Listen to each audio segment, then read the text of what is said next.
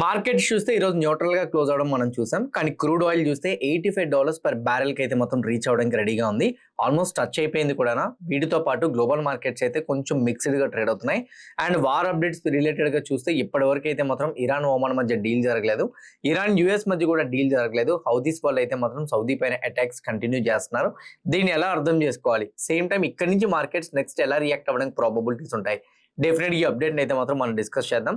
And అలానే వీటితో పాటు ఇంకో పాయింట్ కూడా మనం డిస్కస్ చేయాల్సింది ఉంది ఈ రోజు వీడియోలో. అదే గోల్డ్ ప్రైస్ యొక్క అప్డేట్. ఇక్కడ నుంచి ఫర్దర్ గా గోల్డ్ ఎలాంటి కైండ్ ఆఫ్ మొమెంటం ఇచ్చే ఛాన్సెస్ ఉన్నాయి? గోల్డ్ రిలేటెడ్ గా నెక్స్ట్ 48 అవర్స్ లో ఒక ఇంపార్టెంట్ ఈవెంట్ అయితే మాత్రం ఉంది. ఆ ఈవెంట్ ని బేస్ చేసుకొని గోల్డ్ ప్రైస్ అయితే మాత్రం కొంచెం వాలటైల్ గా రియాక్ట్ అవ్వచ్చు. ఆ ఈవెంట్ ఏంటి? ఆ ఈవెంట్ వల్ల గోల్డ్ ప్రైస్ ఎలా రియాక్ట్ అయ్యే ఛాన్సెస్ ఉంటాయి? ఒకవేళ కానీ ఆ ఈవెంట్ ని మీరు అనలైజ్ చేయాలనుకుంటే ఏ విధంగా అనలైజ్ చేయాలనే దాని గురించి కూడా చెప్తాను. వీటితో పాటు కొన్ని కంపెనీస్ ఎర్నింగ్స్ వచ్చినాయి, వాటి గురించి కూడా డిస్కస్ చేద్దాం. వీడియో అయితే మాత్రం ఎండింగ్ వరకు చూడండి. ఇంకోటి, వీడియో చూస్తున్నప్పుడు ఏ పాయింట్ ఆఫ్ వ్యూ అయినా కానీ నేను మా టీం మీకు ఎఫర్ట్స్ పెట్టామో అని అనిపిస్తే డెఫినెట్ గా వీడియోని లైక్ చేయండి. ఛానల్ ఇంకా సబ్స్క్రైబ్ చేసుకోకుండా వీడియో చూస్తూ ఉంటే ఛానల్ కూడా సబ్స్క్రైబ్ చేసుకోండి. ఇదే వీడియో మీ ఫ్రెండ్స్ ఆర్ మీ రిలేటివ్ షేర్ చేస్తే హెల్ప్ అవుతుంది అనుకుంటే వాళ్ళు కూడా షేర్ చేయండి. నా without any delay let's get into our daily post market report. ఈ రోజు ఓవరాల్ గా మార్కెట్స్ ఎలా క్లోజ్ అయ్యాయి అన్న దాని గురించి చూసుకుంటే నిఫ్టీ 0.05% పాజిటివ్ గా మూవ్ అయితే సెన్సెక్స్ 0.06% పాజిటివ్ గా మూవ్ అవడం చూసాం. హౌఎవర్ బ్యాంక్ నిఫ్టీ చూస్తే 0.1% నెగిటివ్ గా మూవ్ అయితే ఫిన్ నిఫ్టీ ఏమో 0.3% పాజిటివ్ గా మూవ్ అవడం జరిగింది. మిడ్ క్యాప్ నిఫ్టీ అయితే 0.58% పాజిటివ్ గా మూవ్ అయితే స్మాల్ క్యాప్ నిఫ్టీ 0.27% నెగిటివ్ గా మూవ్ అవడం అయితే మాత్రం మనం చూసాం. ఇండియా వీక్స్ ఈరోజు 0.7% పాజిటివ్ గా మూవ్ అవుతూ 12.24 దగ్గర అయితే మాత్రం క్లోజ్ అయింది. ఓవరాల్ గా మెయిన్ ఇండెక్సెస్ అన్ని చూసుకుంటే లెస్ దాన్ 0.5% మూవ్ అయినాయి. Any index 0.3 to 0.5% below either అది పాజిటివ్ అవనివ్వండి, నెగిటివ్ అవనివ్వండి, ఎనీ సైడ్ గా అలా మూవ్ అయితే మాత్రం మార్కెట్స్ న్యూట్రల్ గా మూవ్ అయినాయని మనం ఫైనల్ చేసుకుంటాం. ఎగ్జాక్ట్లీ నిఫ్టీ పరంగా చూస్తే అలానే జరిగింది. అయితే ఈ రోజు బ్యాంక్ నిఫ్టీలో కానీ సేమ్ టైం ఫిన్ నిఫ్టీలో అయినా కానీ లేకపోతే నిఫ్టీ 50లో అయినా కానీ కొంచెం నెగిటివ్ మూమెంటం ఇచ్చింది అని అంటే మాత్రం దానికి వన్ ఆఫ్ ద రీజన్ అయితే మాత్రం SBI, second one Reliance 0.56% negative గా మూవ్ అయితే టెక్ కంపెనీస్ లో టీసీఎస్, విప్రో లాంటి కంపెనీస్ లో కొంచెం ప్రాఫిట్ బుకింగ్ మూమెంటం రావడం అయితే చూడగలిగాం. సో దానివల్ల కంప్లీట్ గా మిక్స్డ్ గా అయితే క్లోజ్ అయినాయి. రెస్ట్ ఆఫ్ ద స్టాక్స్ కూడా పెద్ద పాజిటివ్ గా మూవ్ అవ్వలేదు, కొంచెం న్యూట్రల్ గా మూవ్ అయినాయి. కానీ Bajaj Fins, Shriram finance companies లో కొంచెం షార్ట్ కవరింగ్ కనిపించడంతో somewhat positive side Fin Nifty sustain అవడానికి అయితే మాత్రం ట్రై చేస్తుంది. ఓవరాల్ గా చూసుకుంటే ఏ మెయిన్ ఇండైసెస్ లో కూడా ఎక్కడ కూడా 1% ఆర్ 0.8% పాజిటివ్ మొమెంటం కనిపించలేదు. మిక్స్డ్ గా అయితే మాత్రం అప్డేట్స్ ఉన్నాయి. సో మిక్స్డ్ గా అయితే మాత్రం వెయిటెడ్ స్టాక్స్ రియాక్ట్ అయినాయి. సో దానివల్ల మార్కెట్స్ కూడా కొంచెం వాలటైల్ గా రియాక్ట్ అవుతూ మనకి ఇండెక్స్ ఇష్యూ క్యాండిల్ లో క్లోజ్ అవ్వడం అయితే చూసాం. ఈవెన్ ఇండియా వీక్స్ కూడా 12 దగ్గరే ఉంది. మిడ్ అండ్ స్మాల్ క్యాప్స్ కూడా పెద్దగా రియాక్షన్ అనేది ఇవ్వలేదు. అవి కూడా కొంచెం న్యూట్రల్ గా రియాక్ట్ అయినట్టయితే మాత్రం మనకు కనపడుతుంది. ఈ రోజు మార్కెట్స్ లో న్యూట్రల్ రియాక్షన్ కనిపించడానికి కారణాలు ఏంటి అది మాట్లాడి ఇక్కడి నుంచి ఫర్దర్ గా ఎలా ఉండే ఛాన్సెస్ ఉంటాయనే దాని గురించి మాట్లాడదాం. మార్కెట్స్ లో మనకి న్యూట్రల్ గా ఉండడానికి కారణాలు చూస్తే గ్లోబల్ మార్కెట్స్ లో మన మార్కెట్స్ ట్రేడ్ అవుతున్న టైంలోని డౌ జోన్స్ ఫ్యూచర్స్ కానీ, నాస్డాక్ ఫ్యూచర్స్ కానీ, యూరోపియన్ ఫ్యూచర్స్ కానీ ఇవన్నీ కూడా న్యూట్రల్ గా ట్రేడ్ అవుతున్నాయి. డౌ జోన్స్ ఏమో నెగిటివ్ లో ట్రేడ్ అవుతుంది, నాస్డాక్ పాజిటివ్ లో ట్రేడ్ అవుతుంది. యూరోపియన్ మార్కెట్స్ అన్ని కూడా మిక్స్డ్ లో ట్రేడ్ అవుతున్నట్టు మనకి కనపడుతుంది. ఇండియన్ రూపీ 95.1 నుంచి 95.3కి అయితే మాత్రం వెళ్ళింది. కమోడిటీస్ లోకి వెళ్ళి క్రూడ్ చూస్తే కరెంట్లీ బ్రెంట్ ఆయిల్ క్రూడ్ అయితే మాత్రం 84.45 దగ్గర ట్రేడ్ అవుతుంది. ఒకనొక స్టేజ్ లో 85 కూడా ట్రిగర్ అయింది. క్రూడ్ ఆయిల్ WTI ఏమో 1% పాజిటివ్ లో ట్రేడ్ అవుతుంది. గోల్డ్ ఏమో 0.1% నెగిటివ్ లో ట్రేడ్ అయితే సిల్వర్ ఆల్మోస్ట్ 1% పాజిటివ్ లో ట్రేడ్ అవుతుంది. ఓవరాల్ గా చూసుకుంటే క్రూడ్ ఆయిల్ మళ్ళీ కూడా స్పైక్ అవడం స్టార్ట్ అయింది. క్రూడ్ ఆయిల్ స్పైక్ అవడం గ్లోబల్ మార్కెట్స్ నుంచి పెద్దగా మొమెంటం ఇవ్వకపోవడంతో మార్కెట్స్ లో కొంచెం కన్సాలిడేషన్ ఫేస్ కనిపించిందని నేనైతే అనుకుంటున్నా. వీటితో పాటు క్రూడ్ ఎందుకు పెరుగుతుందనే రీజన్ ని మనం ట్రాక్ చేయగలిగితే వార్ రిలేటెడ్ గా ఉన్న అప్డేట్స్ వీక్లీ అనాలిసిస్ మనం రిలీజ్ చేసిన తర్వాత వచ్చినవన్నీ కూడా మనం మాట్లాడుకుందాం. ఫస్ట్ వన్ వచ్చేసరికి యుఎస్ సెనేట్ లోని రష్యా మీద శాంక్షన్స్ ని విధించడం కోసం 100% టారిఫ్ అయితే మాత్రం ఇండియా పైన సమ్ అదర్ కంట్రీస్ పైన విధించాలని అనుకున్నారు. సింపుల్ చెప్పాలంటే రష్యా ఉక్రెయిన్ వాళ్ళు మళ్ళీ యుద్ధం కంటిన్యూ చేస్తున్నారు. సో దానివల్ల రష్యా దగ్గర నుంచి ఆయిల్ ఎవరైతే కొనుక్కుంటున్నారో ఆ కంట్రీస్ పైన టారిఫ్ ఇంపోజ్ చేస్తామని ట్రంప్ అయితే చెప్పారు. దానికి రిలేటెడ్ గా కాంగ్రెస్ లో బిల్ అయితే అప్రూవ్ అవ్వాలి. What is mean by Congress? Congress అంటే పార్టీ కాదు. కాంగ్రెస్ అంటే హౌస్ అండ్ సెనెట్ లో, అంటే మనకి లోక్సభ, రాజ్యసభ ఎలానో వాళ్ళు కూడా హౌస్ అండ్ సెనెట్ అని రెండు ఉంటాయి. హౌస్ అండ్ సెనెట్ లో రెండింటిలో కూడా బిల్ అయితే పాస్ అవ్వాలి. సెనెట్ లో బిల్ పాస్ అయింది 100% ఇండియా పైన టారిఫ్ విధించడానికి. సమ్ అదర్ 4 కంట్రీస్, అందులో చైనా కూడా ఒకటి. సో వీటి మీద టారిఫ్ విధించడానికి అయితే మాత్రం బిల్ పాస్ అయింది. సో మార్కెట్స్ కొంచెం వాలటైల్ గా రియాక్ట్ అవ్వడానికి ఇది కూడా ఒక రీజన్. అయితే ఇంకోటి ఏంటి అంటే దీనికి టైం అయితే మాత్రం ఉంది. ఇంకోటి ఏంటి అంటే ఇది విధించే లోపు మన ఇండియా సైడ్ నుంచి అయితే మాత్రం ట్రేడ్ డీల్ కుదుర్చుకోవడానికి ట్రై చేస్తున్నారు కాబట్టి ఆ లోపు అది కంప్లీట్ అవుతుందని నేనైతే అనుకుంటున్నాను. అందువల్ల మార్కెట్స్ అయితే మాత్రం కరెక్షన్ రాలేదు, కొంచెం వాలటైల్ గా అయితే మాత్రం రియాక్ట్ అయింది. On the other side war related గా ఎటువంటి అప్డేట్స్ కూడా మనకి ఓకే ఇక్కడ నుంచి ఇంకా వార్ ఆగిపోయింది అనేటట్టు మనకి రావట్లేదు. ఎందుకంటే అప్డేట్స్ ఇక్కడ మీరు చూడండి, క్లియర్ గా చూడండి. ఇరాన్ వాళ్ళు అయితే మాత్రం యుఎస్ వాళ్ళకి కొన్ని కండిషన్స్ చెప్పారు. ఆ కండిషన్స్ లో ఏంటి అంటే స్ట్రైట్ ఆఫ్ హార్మోజ్ ని పూర్తిగా ఓపెన్ చేసి యుఎస్ ఎనర్జీ సైట్స్ మీద అటాక్ చేయకుండా ఉండాలంటే స్ట్రైట్ ఆఫ్ హార్మోజ్ లో యుఎస్ యొక్క షిప్స్ ని కూడా మేము పాస్ చేయాలి అని అంటే మా కండిషన్స్ ఒకటి ఉన్నాయి. ఆ కండిషన్స్ ఏంటంటే వాళ్ళ అంటే ఇరాన్ యొక్క షిప్స్ ని బ్లాకేట్ చేశారు కదా యుఎస్ వాళ్ళు. స్ట్రైట్ ఆఫ్ హార్మోజ్ దగ్గర ఇరాన్ షిప్స్ వెళ్లకుండా కూడా యుఎస్ వాళ్ళు బ్లాకేట్ చేశారు. ఆ బ్లాకేట్ ని లిఫ్ట్ చేయమని చెప్పారు. వాళ్ళపైన విధించిన శాంక్షన్స్ లిఫ్ట్ చేయమని చెప్పారు. వాళ్ళ రీజన్ చుట్టూ మిలిటరీ సైట్స్ అయితే మాత్రం కొంచెం బిల్ చేశారు కదా, వాటన్నిటిని కూడా తీసేయమని చెప్పారు. వాటితో పాటు వాళ్ళకి డ్యామేజ్ అయిన కాస్ట్ ని కంప్లీట్ గా రీపేమెంట్ చేయమని కూడా చెప్పారు.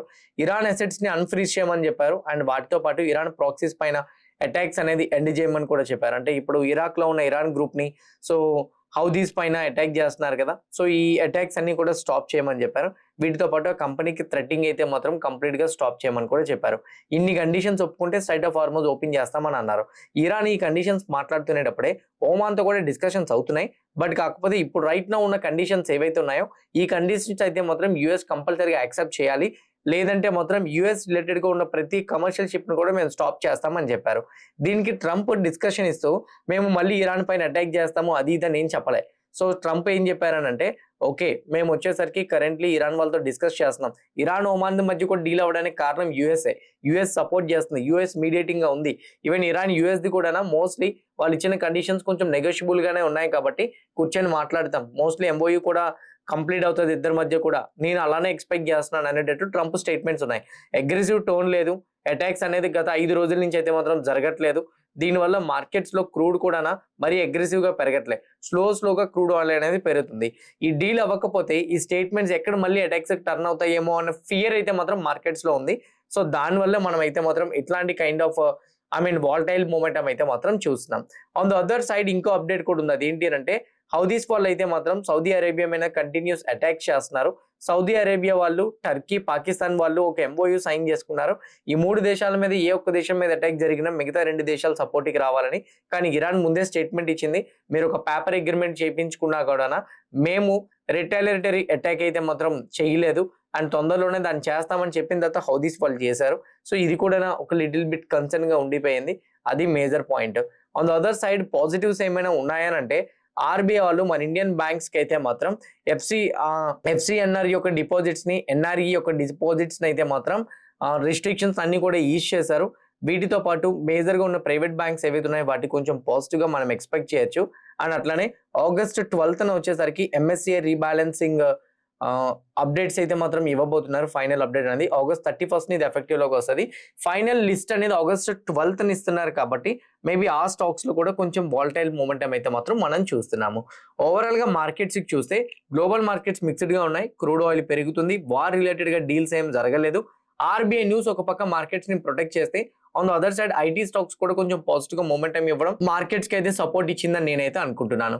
టెక్నికల్ గా ఇక్కడ నుంచి మార్కెట్స్ ని ఫర్దర్ గా మనం ఎలా అర్థం చేసుకోవాలి దాని గురించి చూసుకుంటే టెక్నికల్ గా నేనైతే మాత్రం నిఫ్టీ 50 రిలేటెడ్ గా డోజీ క్యాండిల్ ఫామ్ అయింది మనకి. ఓకే, డోజీ అంటే ఏంటి? Indecisive candle. అంటే బయర్స్ మార్కెట్ లో స్ట్రెంత్ చూపిస్తున్నారా, సెల్లర్స్ మార్కెట్ లో స్ట్రెంత్ చూపిస్తున్నారని ఎక్కడైనా క్యాండిల్ బాడీ ఫామ్ అయితే మనం చెప్పగలం. అలా క్యాండిల్ బాడీ కాకుండా డోజీ క్యాండిల్స్ కానీ ఫామ్ అయితే మాత్రం మనం ఎక్కడ కూడా ఎవరు స్ట్రెంత్ చూపిస్తున్నారు మార్కెట్ లో అనేది మనం చెప్పలేం. సో కరెంట్లీ ఈ డోజీ క్యాండిల్ యొక్క లో గానీ బ్రేక్ అయ్యి స్ట్రాంగ్ బీరిష్ క్యాండిల్ గానీ ఫామ్ చేయగలిగితే మేబీ నిఫ్టీ 50లో కరెక్షన్ చూడడానికి ఛాన్స్ ఉంటుంది. డోజీ క్యాండిల్ యొక్క హై గానీ బ్రేక్ అయ్యి స్ట్రాంగ్ బుల్లిష్ క్యాండిల్ గానీ ఫామ్ అవ్వగలిగితే నిఫ్టీ 50లో పాజిటివ్ మూమెంటం ఇవ్వడానికి ప్రాబబిలిటీస్ అయితే మాత్రం ఉన్నాయి. సో నిఫ్టీ 50 రిలేటెడ్ గా ఈ డోజీ క్యాండిల్ యొక్క ఇండికేషన్ దగ్గర నుంచి నెక్స్ట్ క్యాండిల్ ఏం ఫామ్ అవుతుంది అనేది చూడండి. నా ఒపీనియన్ అయితే మాత్రం ఇరాన్ యుఎస్ డీల్ తో పాటు వాటితో పాటు ఇరాన్ ఒమాన్ డీల్ తో పాటు నెక్స్ట్ 48 అవర్స్ లో అంటే వెన్స్డే మన మార్కెట్స్ క్లోజ్ అయిపోయిన తర్వాత India inflation, US inflation data కూడా ఉంది. రేపు నిఫ్టీ ఎక్స్పైరీ కూడా ఉంది కాబట్టి మార్కెట్స్ ఇదే కన్సాలిడేషన్ జోన్ కంటిన్యూ చేస్తుందని నేనైతే ఎక్స్పెక్ట్ చేస్తున్నా. ఇంకోటి చాలా మంది ఆగస్ట్ 12th వచ్చేసరికి ట్రేడింగ్ ని బ్యాన్ చేస్తున్నారని, అందరూ ట్రేడింగ్ ని బాయ్కాట్ చేస్తున్నారని, దీనివల్ల లిక్విడిటీ తగ్గిపోతుంది అనుకుంటున్నారు. ఇలాంటి సందర్భాలు ఇంతకు ముందు కూడా జరిగినాయి. బట్ ఆ టైంలో ఎక్కడ కూడా వాల్యూమ్ అంతగా డ్రాప్ అయితే మాత్రం రాలేదు. ఒకవేళ వచ్చినా చాలా మైనర్ ఇంపాక్టే ఉండేది. సో దాని గురించి మీరు కంప్లీట్ గా ఆప్షన్స్ యొక్క వాలటిలిటీ మారిపోతుంది, హ్యూజ్ స్పైక్స్ వస్తుంటాయని అనుకోవద్దు. మరి మేబీ ఈవెంట్ మరీ సీరియస్ అయితే మాత్రం ఇంపాక్ట్ అవడానికి ఛాన్సెస్ ఉన్నాయి. మరి చూద్దాం ఏం జరుగుతుంది అనేది. కరెంట్లీ నా ఒపీనియన్ అయితే మాత్రం నిఫ్టీ డౌన్ సైడే కానీ రావాలంటే 24,500 లెవెల్ డౌన్ సైడ్ బ్రేక్ అవ్వాలి. హయ్యర్ సైడే వెళ్ళాలనుకుంటే 24,700 బ్రేక్ అవ్వాలి. సో అండ్ ఇంకా పొజిషనల్ గా బుల్లిష్ షేర్ నిఫ్టీకి మీరు టర్న్ అవ్వాలంటే 24,800 బ్రేక్ అయితే ఎక్స్పెక్ట్ చేయొచ్చు. లేదనుకుంటే మాత్రం మార్కెట్స్ ఇలానే కొంచెం కన్సాలిడేషన్ ఫేజ్ లో చూసే ప్రాబబిలిటీస్ అయితే మాత్రం ఉంటాయి. When it comes to the Sensex related గా అయితే మాత్రం 78,500 డౌన్ సైడ్ బ్రేక్ అవ్వాలి. అలా అని 79,000 అప్ సైడ్ కూడా బ్రేక్ అవ్వాలి. సో 78,500, 79,000 ఏవి బ్రేక్ అవ్వలేదు కాబట్టి ఇదే కన్సాలిడేషన్ ఫేజ్ అనేది సెన్సెక్స్ కి కంటిన్యూ అయ్యే ప్రాబబిలిటీస్ ఉంటుందని నేనైతే మాత్రం ఎక్స్పెక్ట్ చేస్తున్నా. When it comes to the bank Nifty కూడా కరెంట్లీ బ్యాంక్ నిఫ్టీకి వచ్చేసరికి 57,500 to 58,000 మనం మార్నింగ్ మాట్లాడుకున్నది. ఆ రీజియన్ లోనైతే మాత్రం కరెంట్లీ బ్యాంక్ నిఫ్టీ కూడా ఉంది. సో మోస్ట్లీ అన్ని కూడా కొంచెం వాలటైల్ ఫేజే చూపిస్తున్నాయి. ఈవెన్ ఫిన్ నిఫ్టీ కూడా 26,500 మనం అనుకున్న సపోర్ట్ లెవెల్ అక్కడే ఉంది తప్ప అదైతే మాత్రం బ్రేక్ చేసినట్టు మనకైతే కనిపించట్లేదు. ఇది ఫిన్ నిఫ్టీ రిలేటెడ్ గా న్యూస్ అప్డేట్ అయితే. సో ఓవరాల్ గా మార్కెట్స్ టెక్నికల్ గా చూస్తే ఈ రోజు వచ్చిన ఇండెక్స్ క్యాండిల్ కి నెక్స్ట్ వచ్చే క్యాండిల్స్ ఏవైనా కానీ స్ట్రాంగ్ మొమెంటం ఇచ్చేటట్టు కనపడితే వాటికి కన్ఫర్మేషన్ వెళ్ళొచ్చు. లేదంటే మాత్రం అంత స్ట్రాంగ్ గా మనం కన్ఫర్మేషన్ కి వెళ్ళలేము అనేది నా opinion. On the other side bit coin related గా మాట్లాడుకుంటే కరెంట్లీ బిట్ కాయిన్ 65,000 దగ్గర ట్రేడ్ అవుతుంది. 65,500 అనేది ఇంపార్టెంట్ రెసిస్టెన్స్ లెవెల్. స్ట్రైట్ అవే స్లోగా బిట్ కాయిన్ అయితే మాత్రం 62,000 నుంచి 65,500 ని రీటెస్ట్ చేసింది. లాస్ట్ 3 days నుంచి అయితే మాత్రం బిట్ కాయిన్ ఇక్కడే కన్సాలిడేట్ అవుతుంది. ఇక్కడ కన్సాలిడేషన్ అవుతున్న ఫేజ్ ఏదైతుందో దాన్ని నో ట్రేడింగ్ జోన్ గా డ్రా చేసుకోండి. ఎనీథింగ్ ఈ 65,500 జోన్ ఏదైతే ఉందో దాన్ని కానీ బ్రేక్ చేస్తే మాత్రం ఫర్దర్ గా హైయర్ సైడ్ మొమెంటం ఇవ్వడానికి ఛాన్సెస్ ఉంటాయి. ఒకవేళ కానీ 65,500 లెవెల్ కానీ అప్ సైడ్ బ్రేక్ అవ్వకపోతే ఇక్కడే కన్సాలిడేషన్ మొమెంటం కంటిన్యూ అవ్వచ్చు. డౌన్ సైడ్ కానీ రెసిస్టెన్స్ లెవెల్ బ్రేక్ అవ్వకపోతే డౌన్ సైడ్ రివర్సల్ ఎంట్రీ వచ్చింది కదా, అక్కడి నుంచి మేబీ డౌన్ సైడ్ కి 64,000 ఆర్ 63,000 వరకు మనం డౌన్ సైడ్ కూడా చూడడానికి ప్రాబబిలిటీస్ అయితే మాత్రం ఉంటాయి. When it comes to the gold related గా ఇదే నేను thumbnail లో కూడా మెన్షన్ చేశాను. దీనికి రిలేటెడ్ గానే చెప్పాలి. గోల్డ్ కి యాక్చువల్ గా ప్రైస్ పెరగాలంటే మేజర్ గా యూజువల్ గా ప్రైస్ పెరగాలంటే మాత్రం మేజర్ గా ట్రాక్ చేసేవి రెండే పాయింట్స్. ఒకటి ఎకనామిక్ డేటా పాయింట్స్, రెండు వచ్చేసరికి ఇన్ఫ్లోస్ అన్నమాట. అంటే మనకి ప్రెసెంట్ రైట్ మన ఎఫ్ఐఎస్ ఇన్ఫ్లోస్ ఎట్లా ఉంటున్నాయి గోల్డ్ లో అనే దాన్ని బట్టి కూడా డిపెండ్ అయ్యి ఉంటది. ఇవి గోల్డ్ లో మంచి ఇన్ఫ్లోస్ రావాలంటే, ఎఫ్ఐఎస్ రావాలంటే ఎకానమీ బాగుండాలి. మనకి ఇప్పుడు ప్రెసెంట్ రైట్ నో ఈ వార్ సిచ్యువేషన్స్ వల్ల ఇన్ఫ్లేషన్ పెరుగుతుంది కాబట్టి మేబీ ఇంట్రెస్ట్ రేట్స్ ని పెంచుతారేమో అనే చిన్న టెన్షన్స్ అయితే మాత్రం ఉన్నాయి. రీసెంట్ గా మన ఆర్బీఐ మానిటరీ పాలసీలో ఆర్బీఐ చైర్మన్ గారు కానీ, ఫెడ్ ఈవెంట్ లోని ఫెడ్ చైర్మన్ కానీ వాళ్ళందరూ కూడా చెప్తున్న దాని ప్రకారంగా ఇన్ఫ్లేషన్ టార్గెట్స్ మేము అనుకునే విధంగా వచ్చేంత వరకు ఇంట్రెస్ట్ రేట్స్ మీద ఒక క్లారిటీ డెసిషన్ కి రాలేము, కానీ ఏ టైంలోనైనా పెంచడానికి అవకాశాలు ఉంటాయి అనేటట్టు న్యూట్రల్ స్టాన్స్ ని తీసుకున్నారు. ఈ న్యూట్రల్ స్టాన్స్ ఏదైతే ఉందో ఇది కరెంట్లీ వచ్చేసరికి గోల్డ్ పైన ఎక్స్పెక్టేషన్స్ ని మారుస్తుంది. అందుకే గోల్డ్ రిలేటెడ్ ఎవరైనా ఇన్వెస్ట్మెంట్ చేద్దామంటే ప్రతి మ్యాక్రో ఎకానమీ డేటా పాయింట్స్ ని కూడా కన్సిడర్ చేసి దాన్ని ఇంపార్టెంట్ ఈవెంట్ గా మీరు ట్రాక్ చేయాల్సిన పాయింట్స్ అయితే మాత్రం ఉన్నాయి. మీ అందరికీ తెలిసిందే, మనం వీక్లీ అనాలిసిస్ లో కూడా డిస్కస్ చేసుకున్నాం. వెన్స్డే వచ్చేసరికి మనకి ఇండియా ఇన్ఫ్లేషన్ ఉంది, సేమ్ టైం యుఎస్ ఇన్ఫ్లేషన్ కూడా ఉంది. ఇండియా ఇన్ఫ్లేషన్ అంత బిగ్ పాయింట్ ఏం కాదు. కరెంట్లీ ఇండియా ఇన్ఫ్లేషన్ 4.38, ఈసారి 4.5 నుంచి 4.54కి వెళ్తుందని ఎక్స్పెక్ట్ చేస్తున్నారు. అండ్ యుఎస్ ఇన్ఫ్లేషన్ పరంగా 2.6% ఈసారి తగ్గుతుందని ఎక్స్పెక్ట్ చేస్తున్నారు. 2.5 కైనా వస్తుందని కోర్ ఇన్ఫ్లేషన్. ఓవరాల్ ఇన్ఫ్లేషన్ అయితే మనం 3.5, నెంబర్ ఏమో 3.4 వస్తుందని ఎక్స్పెక్ట్ చేస్తున్నారు. యుఎస్ ఇన్ఫ్లేషన్ తగ్గితే పర్వాలేదు, పెరిగింది అని అంటే మాత్రం గోల్డ్ లో 3 to 4% కరెక్షన్ అయినా మనం ఆశ్చర్యపోవాల్సిన అవసరం లేదు. తగ్గితే మాత్రం 2% to 3% అనే గోల్డ్ అయితే మాత్రం పెరుగుతుంది. ఇన్ఫ్లేషన్ కానీ కరెక్ట్ గా కానీ ఫెడ్ అనుకునే టార్గెట్స్ కానీ వస్తే మాత్రం డెఫినెట్ గా గోల్డ్ రిలేటెడ్ గా అయితే మాత్రం పాజిటివ్ మూమెంటం మనం చూస్తాము. ఎందుకంటే నెక్స్ట్ సెప్టెంబర్ లో ఫెడ్ ఈవెంట్ ఉంది.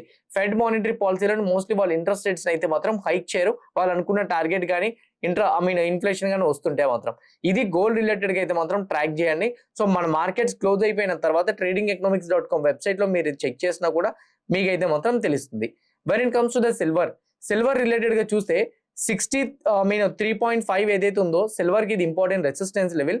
ఎనీథింగ్ ఈ 63.5 లెవెల్ గాని ఒకవేళ సిల్వర్ గాని హైయర్ సైడ్ గాని బ్రేక్ చేయగలిగితే మేబీ స్లోగా సిల్వర్ ని మనం పాజిటివ్ మూమెంటం ఎక్స్పెక్ట్ చేయొచ్చు. ఒకవేళ గాని అది బ్రేక్ అవ్వలేదని అనుకోండి, మేబీ మనం మూమెంటం చూసే ఛాన్సెస్ తక్కువ. ఇంకోటి ఏంటంటే సిల్వర్ రిలేటెడ్ గా కూడా నెక్స్ట్ వెన్స్డే వస్తున్న ఈవెంట్ అయితే మాత్రం కొంచెం ట్రాక్ చేయండి. అది చాలా చాలా ఇంపార్టెంట్.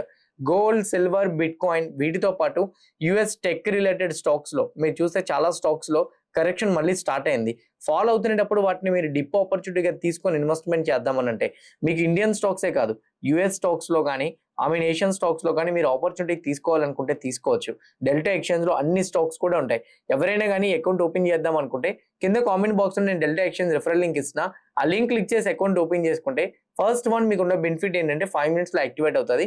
ఇంకోటి 24/7 ట్రేడ్ చేయొచ్చు. ఇంకోటి ఏంటంటే మీకు లెవరేజ్ ఉంటుంది, బట్ లెవరేజ్ ఛార్జెస్ ఉంటాయి అండ్ ఎక్స్పైరీ అయితే మాత్రం ఉండదు మీరు తీసుకున్న పొజిషన్ కి. దానివల్ల ఈ బెనిఫిట్స్ తోటి మీరు ఎంటైర్ గ్లోబల్ మార్కెట్స్ లో ఉన్న అన్ని టెక్ స్టాక్స్ లో ఇన్వెస్ట్మెంట్ చేయొచ్చు. గోల్డ్ అండ్ సిల్వర్ లో స్వింగ్ ట్రేడ్స్ తీసుకోవచ్చు. బిట్ కాయిన్ లో కూడా ఇన్వెస్ట్మెంట్ చేయొచ్చు. సింగిల్ అకౌంట్ లో మొత్తం అన్ని అవైలబుల్ గా ఉన్నాయి కాబట్టి ఈ అకౌంట్ మీకు డెఫినెట్ గా హెల్ప్ అవుతుంది. ఎలా యూజ్ చేయాలో తెలియకపోతే కింద యూట్యూబ్ లింక్ కూడా ఇచ్చాను. ఆ లింక్ క్లిక్ చేసి మీరు చూసినా కూడా మీకు హెల్ప్ అవుతుంది. నౌ ఇంపార్టెంట్ స్టాక్స్ గురించి 1 by 1 నేను మీకు చెప్తా అన్నాను కదా, ఒక్కొక్కటి మనం మాట్లాడదాం. ఎక్యుమ్డ్రెడ్స్ కంపెనీ ఈ రోజు అప్రాక్సిమేట్లీ 4.5% హైయర్ సైడ్ మూమెంటం ఇవ్వడం అయితే చూడగలిగాం. ఎక్యుమ్డ్రెడ్స్ రిలేటెడ్ గా నెంబర్ చెక్ చేసుకుంటే లాస్ట్ టైం ఏమో టాప్ లైన్ లో 1024 crore వస్తే ఈసారి 1167 crore కి ఇంప్రూవ్ అయింది. 13% నుంచి అయితే మాత్రం 15% ఆపరేటింగ్ ప్రాఫిట్ మార్జిన్ కూడా ఇంప్రూవ్ అయింది. బాటమ్ లైన్ 65 crore నుంచి 101 crore కూడా వెళ్ళింది. Top line, operating profit margins, bottom line improve అవ్వడం, సేమ్ టైం ఎస్టిమేటెడ్ నెంబర్స్ ని బీట్ చేసి రావడం తోటి ఎక్యుమ్డ్రెక్స్ కంపెనీలో ఈ రోజు మనం 4.5% పాజిటివ్ గా మూమెంటం అయితే చూడగలిగాం. అనంతరాజ్ కంపెనీ 2% డ్రాప్ వచ్చింది. అనంతరాజ్ కంపెనీ రిలేటెడ్ గా వచ్చిన ఎర్నింగ్స్ మనం అనలైజ్ చేసుకుంటే నెంబర్ చూడండి. లాస్ట్ టైం 592 crore, ఈసారి ఏమో 631 crore వచ్చింది. సో పెద్దగా టాప్ లైన్ ఏమి ఇంప్రూవ్ అవ్వలేదు. ఆపరేటింగ్ ప్రాఫిట్ మార్జిన్స్ 25% నుంచి 29 కి వెళ్ళింది. బాటమ్ లైన్ ఏమో 126 నుంచి అయితే మాత్రం 149 కి వెళ్ళింది. క్వార్టర్ అండ్ క్వార్టర్ లో కూడా బాటమ్ లైన్ న్యూట్రల్ గానే ఉంది. క్వార్టర్ అండ్ క్వార్టర్ లో ఈవెన్ టాప్ లైన్ కూడా న్యూట్రల్ గా ఉంది. సో కొంచెం మిక్స్డ్ ఎర్నింగ్స్ రాబట్టి ఈ స్టాక్ లో 2.5% డ్రాప్ అయితే మాత్రం చూడగలిగాం. పవర్ మేక్ ప్రాజెక్ట్స్ కంపెనీ ఈ రోజు ఒకనొక స్టేజ్ లో 4% వరకు డ్రాప్ కూడా వచ్చింది. డే అండ్ అయ్యేసరికి నెగిటివ్ గానే క్లోజ్ అయింది. సో నెంబర్స్ ప్రకారంగా చూస్తే పవర్ మేక్ కంపెనీ యొక్క నెంబర్స్ ప్రకారంగా చూస్తే టాప్ లైన్ 1293 crore ఉంటే సో ఇక్కడ చూడండి 1624 crore కి వెళ్ళింది. టాప్ లైన్ బాగానే ఇంప్రూవ్ అయింది. కానీ క్వార్టర్ అండ్ క్వార్టర్ లో టాప్ లైన్ అయితే మాత్రం డిక్లైన్ అయినట్టు కనపడుతుంది. Operating profit margin year on year లో 13 నుంచి 10% డిక్లైన్ అయింది. సో క్వార్టర్ అండ్ క్వార్టర్ లో కూడా 11 నుంచి 10% డిక్లైన్ అవడం చూసాం. బాటమ్ లైన్ 81 crores నుంచి 89 crores కి అయితే మాత్రం వెళ్ళింది. అండ్ క్వార్టర్ అండ్ క్వార్టర్ లో కూడా కొంచెం డిక్లైన్ అవుతున్నట్టు కనపడుతుంది. క్వార్టర్ అండ్ క్వార్టర్ లో అసలు కంపెనీ ఎర్నింగ్స్ ప్రాపర్ గా రాలేదు. ఇయర్ ఆన్ ఇయర్ లో కూడా కొంచెం మిక్స్డ్ గా వచ్చినాయి.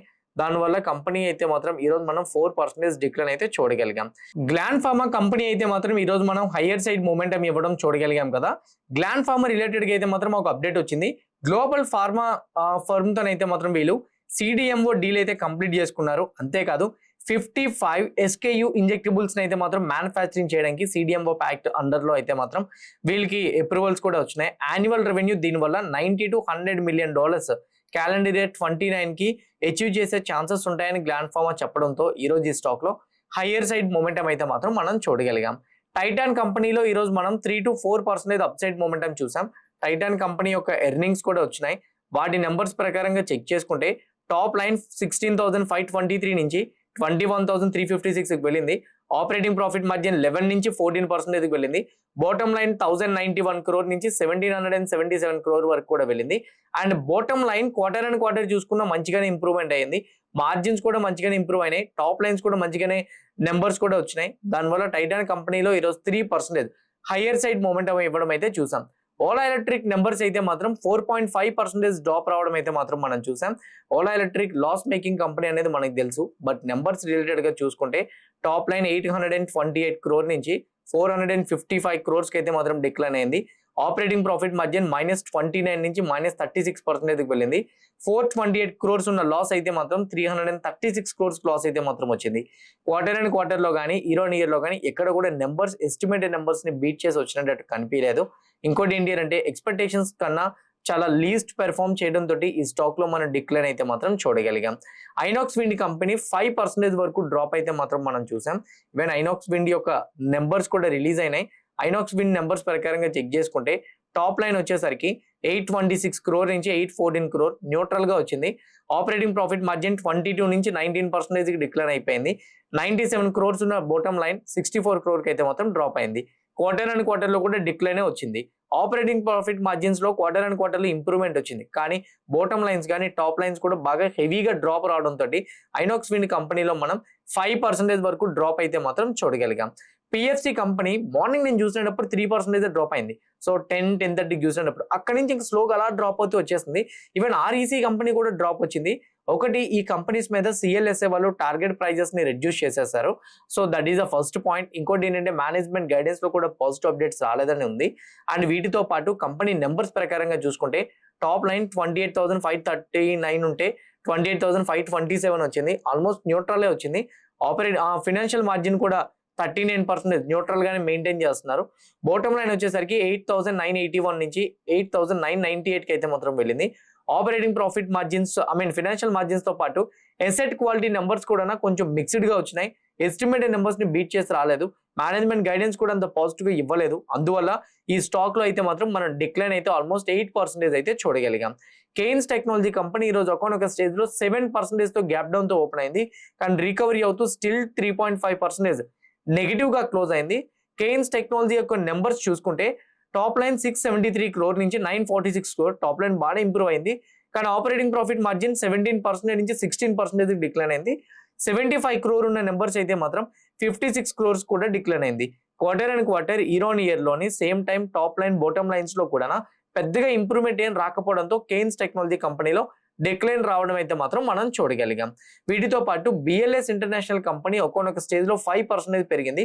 కానీ ఈ కంపెనీ అయితే మాత్రం డే ఎండ్ అయ్యేసరికి 2.5% తోనే క్లోజ్ అవ్వడం మనం చూసాం.